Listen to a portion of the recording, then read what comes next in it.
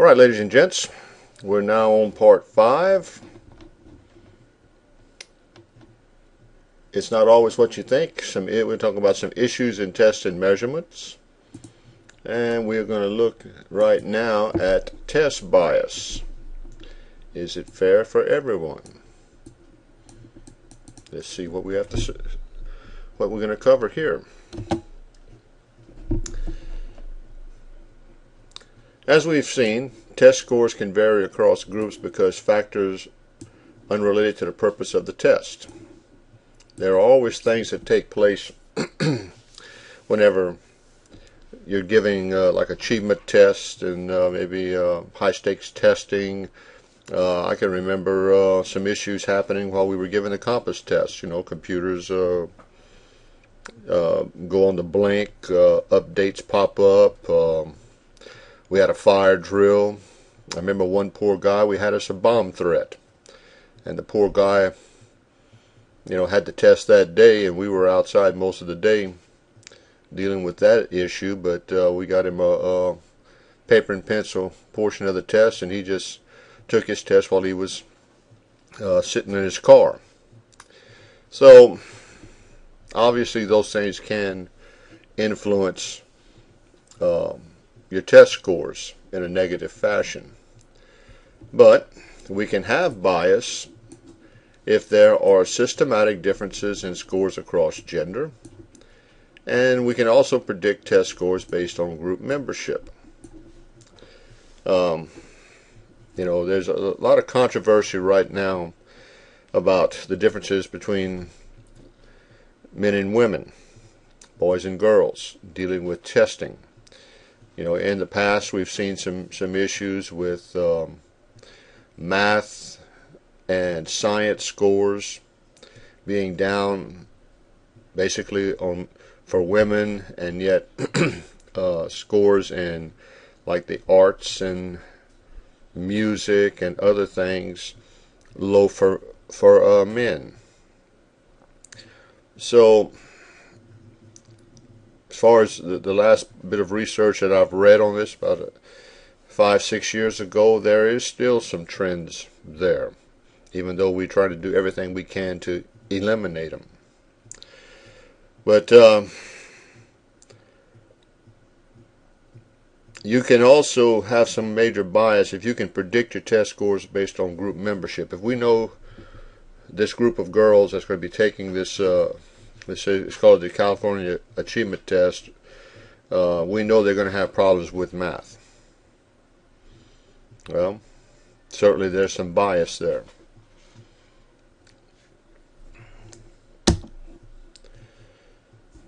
What about test fairness?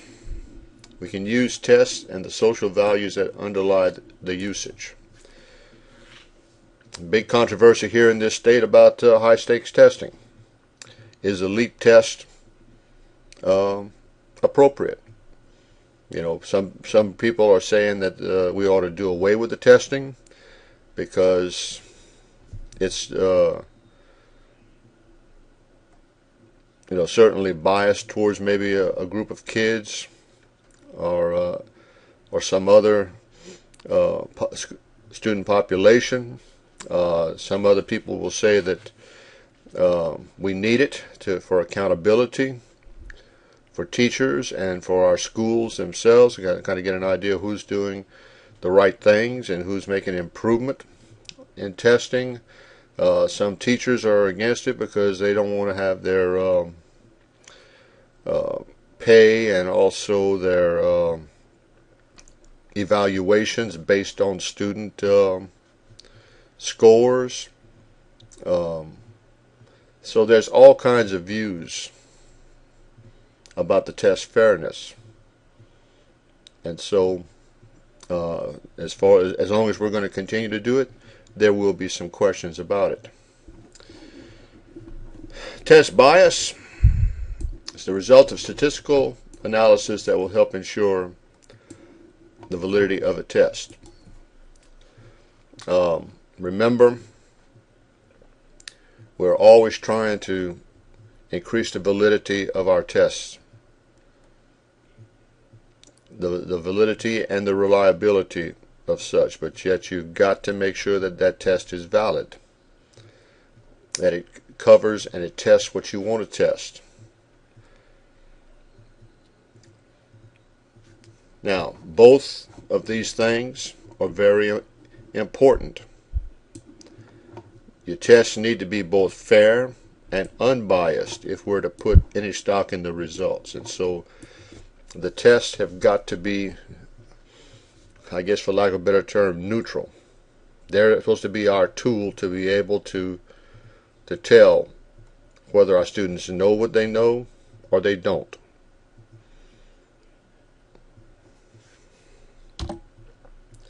Now, we've got a term called consequential validity.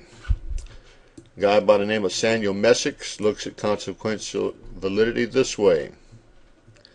Validity is primarily concerned with the judgment of validity evidence for the consequences and use of a test. So what he's trying to do is to kind of bring us to a point where we kind of understand why we're using this test. Now, remember, we have to make a judgment on the validity of our test, but yet we have to look at the evidence as we've created the test, as we've done some modifications to it and tweaked the test over and over again to make sure that it covers exactly what we want it to cover. And then what are we going to do with the test? You know, what's the consequences for a pass or failure? Are we going to use to keep students out of our programs? Are we going to use it to gauge whether a teacher is doing his or her job? We got to kind of understand those things. Now, from the technical college level, I guess I'm going to kind of make y'all think a little bit. Take our compass test. If a student misses the compass cutoff scores by 1 or 2 points, and they can't get into our program, is that a fair test? You know, some would argue that yes, they have got to make the minimal score. In the case of some of our health occupations programs, the state board sets the test guidelines. You've got to make those scores or better. Others would maybe argue, saying, hey, sitting at a computer and answering 15 questions in math doesn't tell us exactly what you know or don't know in math. You might have got a bunch of algebra problems. You might have got a bunch of trig stuff. Who knows? So, what are we going to do with the tests?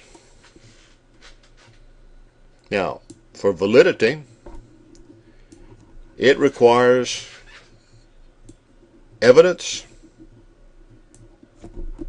and argument. We've got to have some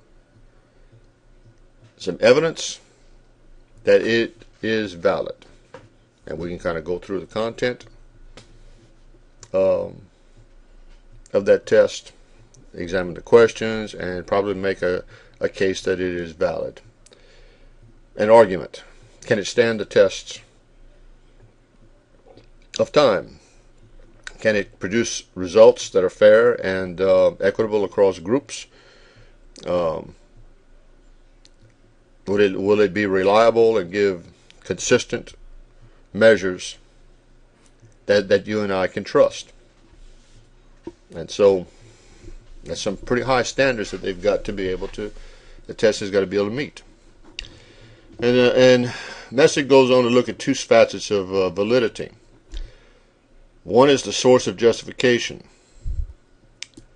You're looking at the evidential basis and the consequential basis.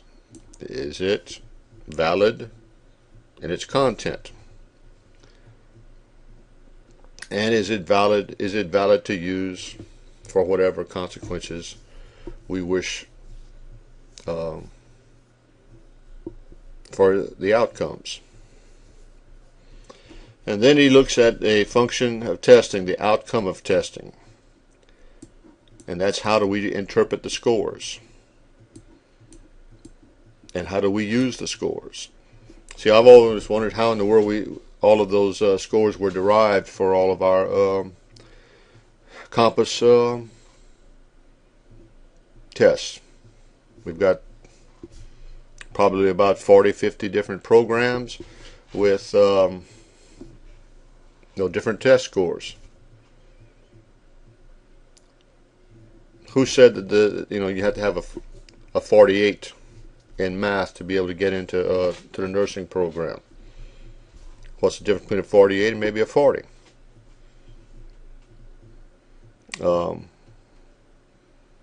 And so it's knowing what those scores mean. What level of a compass score would be an 8th grade level? What would be a 9th? What would be a 12th grade level? What would be a university, or let's say higher than a high school diploma level in math, English, and writing? I'd like to see some data on that. And of course, how we use them. Like our compass test, it's the entrance test.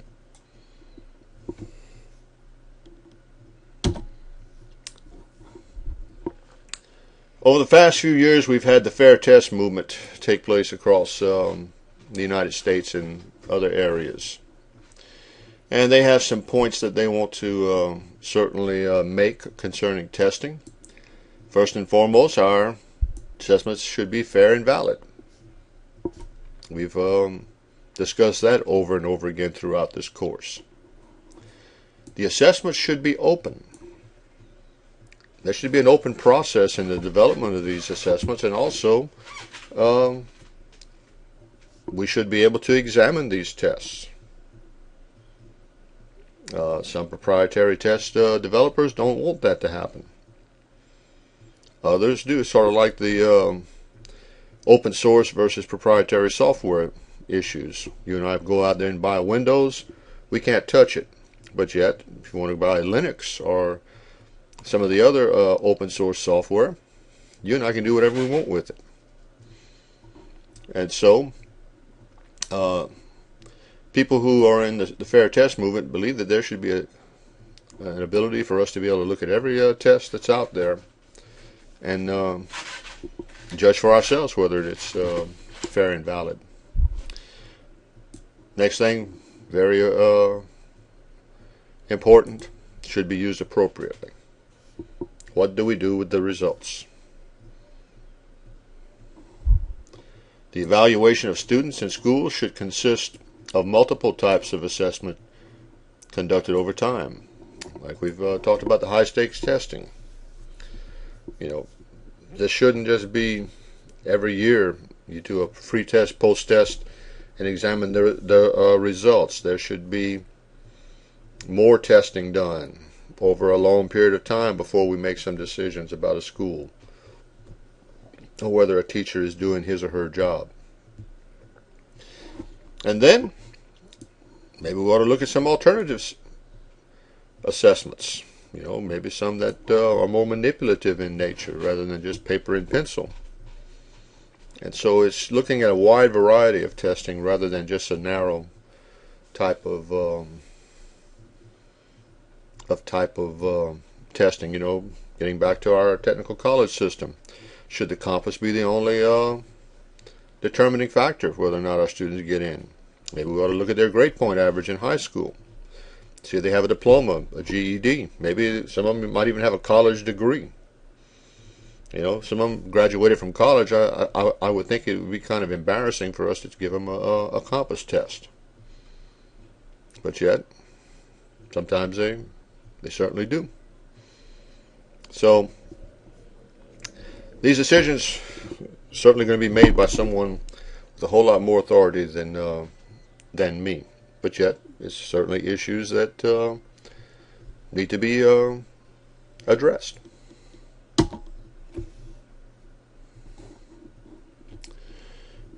We've got a few models here to examine test bias. looking at the first thing, the difference bias. So what we do is we examine the differences across groups to see where the bias would maybe fall. The other way is kind of dig into the test and do an item by item analysis for bias. And so we would look at the answers on every test question to see if there are some bias. This is probably the most common way of doing this. Face validity bias looks at judging it judges the or examines the content of a test. And so this is very similar to the item by item bias, but then we look at statistically whether the test is valid and use those statistical models that we talked about in chapter 3 or 4. The Cleary model measures different things for different people. Since we are all very diverse individuals, it looks at and focuses on different kinds of aspects of bias based on individuals. All right. How can we develop unbiased tests? Well, there are some things we can do. First of all, we can recognize our own biases and stereotypes. All of us have them. And so once we know that we have them and identify them, then we can kind of guard against making our tests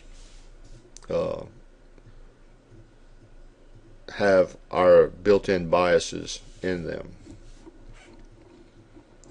Ask representatives of potentially biased groups to examine the test items. Like the free test movement wants a pretty open environment. We can certainly allow our tests to be looked at other groups and let them draw their own conclusions. And certainly we may find some things that we missed. Be sure you have experienced experts helping you identify potential bias. You know, we don't want to just pull people off the street and examine our test for bias. We want to have some people who are experienced test developers and let them examine these tests. And so, you know, it may be a situation of you know, looking at some professors, maybe at some universities that have done research into test development, and asking them, you know, contract out with them to see if they would look at our tests, or else some test developers could probably you know, do that service for us too for a fee. And so there are people out there who can get it done. And finally, remember, test takers are different in many ways. That's obvious. The form you choose can have an impact.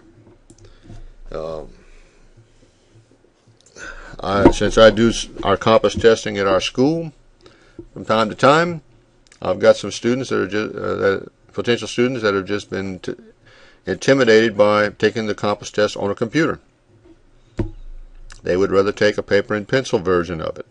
And I believe Compass is going to be developing a paper and pencil version of the compass. What we have used in the past is something called the ASCET, which was a very similar test to the compass, but it was a paper and pencil test. And you know, the students just bubble in their answers and go through their test booklet just like you've seen before. But you know, somebody takes a test who's really got a computer phobia, you know that their results are going to be bad. So have alternatives out there for the test taker. From a little historical standpoint, the 60s and 70s reported that black children scored 15 points lower than white children on standardized intelligence tests. Now, when we took into account the social class and social status, the difference was reduced to 5 to 7 points, which is, pretty negligible. But what does that difference really mean? Would their social class and social status, be that big of a deal? Is it something else? But yet you and I will hear news reports about, tests that have been taken or opinion polls or things like that. And this would be something that would probably make the news, that African American children would score 15 points lower than white children on regular standardized tests. But yet we can see when those two issues are sort of taken away, there's not much difference between them. And so, is it the school? Is it the teacher? Is it the family environment? Is it the environment which they live? There's more to it than just that. And are these measures biased? Well, maybe the tests. Certainly if their reading scores were much lower than white children, they would have trouble reading the test, and obviously would get more wrong. And so you really have to dig and understand the testing environment to be able to make some valid assumptions off your data. So to summarize, test bias and test fairness are very important topics. And we've got to look at those if we're to have valid measures. Because let's face it, if our measures aren't valid, then we're wasting our time. We can't make good decisions. Researchers and practitioners need to think long and hard on these issues when developing assessments. I guess I'm going to kind of bring in a little bit of my bias. Sometimes it's very easy for us as educators to get caught up with salespeople from publishing companies and test development companies saying that their tests are the greatest things that have ever been developed. And let's face it, we need some tools that are going to get the job done. But yet, if we're going to invest a lot of time and money and effort on these tests, then they had better be good. And sometimes, some very good salespeople will get up in front of a school board and really lay it on heavy and thick and impress those board members. And lo and behold, you've got a test that you're going to pay a whole lot of money for, but it's totally useless. And so we need to be good consumers as we utilize testing. And they're made all the time, and so we got to be thinking long and hard on these things. All right, we will wrap this chapter up, and if my math is correct, I've got one more lecture to do, and we will wrap this thing up.